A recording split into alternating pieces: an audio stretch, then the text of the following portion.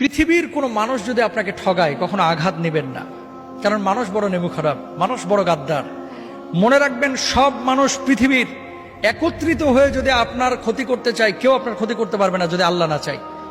মানুষ মানুষকে ঠগাইতে পারে, সন্তান বাবাকে ঠগাইতে পারে, বাবা সন্তানকে ঠগাইতে পারে, স্বামী তার স্ত্রীকে ঠগাইতে পারে। আল্লাহ কখনো তার বান্দাকে ঠগান না, কখনো না। আল্লাহ কখনো তার বান্দাকে ঠগান না। বরং ডাকার মতো যদি ডাকেন, আল্লাহকে বলার মতো যদি বলেন, সে আল্লাহ সুবহানাহু ওয়া তাআলা আপনার ডাকে সাড়া দেবেন। আপনি মনে করছেন যে এত ডাকলাম আল্লাহ তো সাড়া দিচ্ছে না, কে বলছে দেয় নাই? কিছু কিছু সময় এটা আপনি বুঝতেছেন ভুল।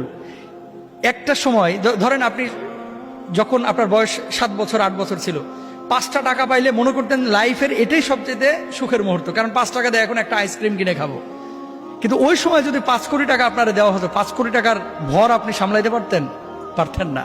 এই 5 কোটি টাকা আপনি কি করবেন, তাই না? আপনি কখন কোনটা আপনার জন্য প্রয়োজন এবং